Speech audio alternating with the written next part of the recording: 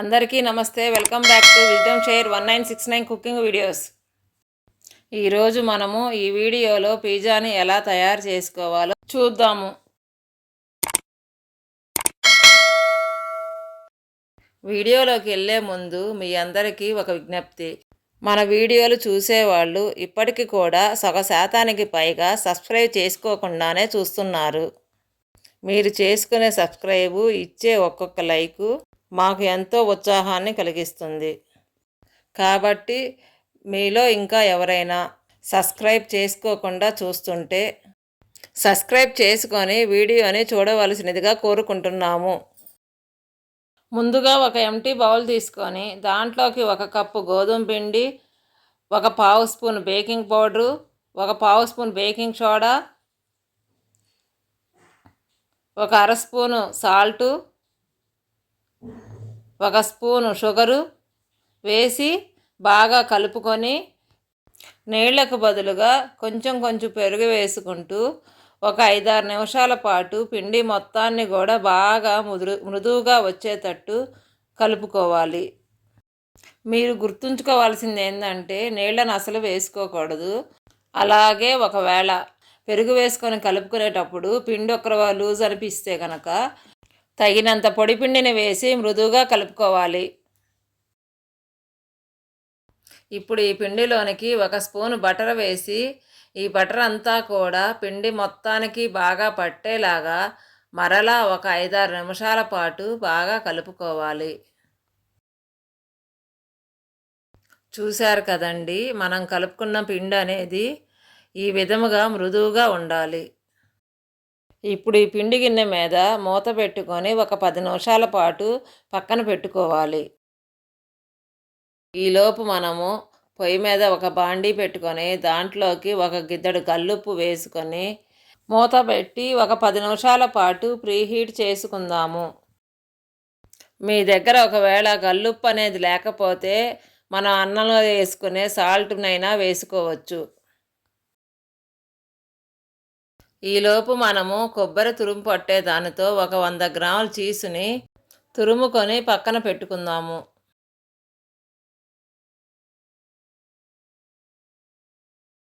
ఇప్పుడు ఒక ప్లేటుని తీసుకొని దాంట్లోకి 2 స్పూన్లు బాగా కరగపెట్టిన బటర్ను వేసుకొని ప్లేటు మొత్తానికి కూడా అప్లై చేసుకోవాలి.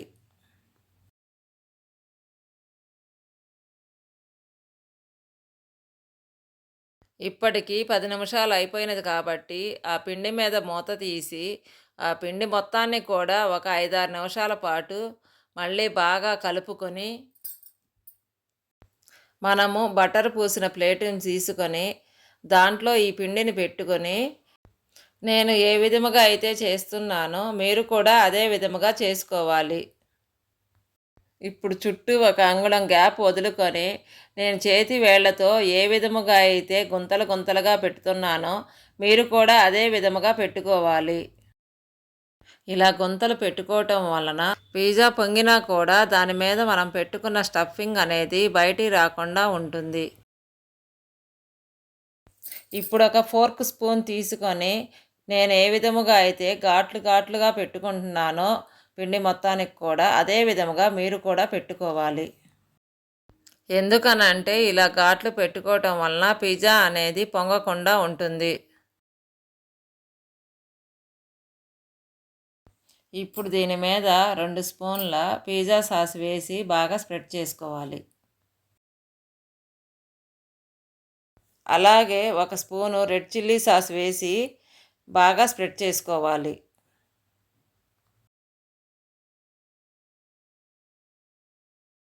ఇప్పుడు దీని మీద మనము తురిమి పెట్టుకున్న చీజులో కొద్దిగా భాగాన్ని పక్కన పెట్టుకొని మిగతా చీజ్ మొత్తాన్ని కూడా నేను ఏ విధముగా అయితే పిజ్జా మీద స్ప్రెడ్ చేస్తున్నానో మీరు కూడా అదే విధముగా స్ప్రెడ్ చేసుకోవాలి.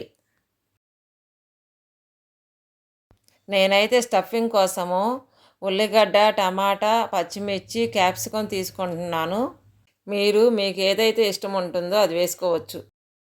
ఇప్పుడు నేను ఏ విధముగా అయితే సన్నగా తొరిగిన టమాటా ముక్కలని పిజ్జా మీద వేసుకుంటున్నానో మీరు కూడా అదే విధముగా వేసుకోవాలి.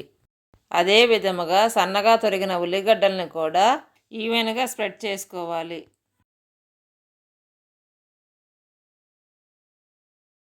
ఇప్పుడు ఇదే విధముగా పిజ్జా మీదకి మిగతా ఐటమ్స్ అన్నింటిని కూడా ఒకదాని తర్వాత ఒకటిగా వేసుకోవాలి. ఇప్పుడు దీని మీద మనం ఏదైతే చీజ్ను పక్కన పెట్టుకున్నామో ఆ చీజ్ను కూడా వేసుకోవాలి. ఇప్పుడు ఈ పిజ్జాని మనం ప్రీహీట్ చేసుకున్న కళాయిలో పెట్టుకొని ఒక 20 నుంచి 25 నిమిషాల పాటు ఉడికించుకోవాలి. మీకు ఒక టిప్ చెప్పాలనుకుంటున్నానండి. అదేంటంటే పిజ్జా బాగా రావాలంటే మీరు కంపల్సరిగా ఫోర్క్ స్పూన్తో పిండి మీద ఘాట్లు పెట్టుకోవాలి. మనము ఉడికించుకోబట్టి 25 నిమిషాలు అయ్యింది. పిజ్జా కూడా బాగా ఉడికిపోయింది కాబట్టి దీన్ని బాండీలో గుంట తీసి పక్కన పెట్టుకోవాలి. ఇప్పుడు ఈ పిజ్జాని ఇంకొక ప్లేట్లోకి ట్రాన్స్ఫర్ చేసుకొని నేను కట్ చేస్తున్న విధముగా మీరు కూడా కట్ చేసుకోవాలి.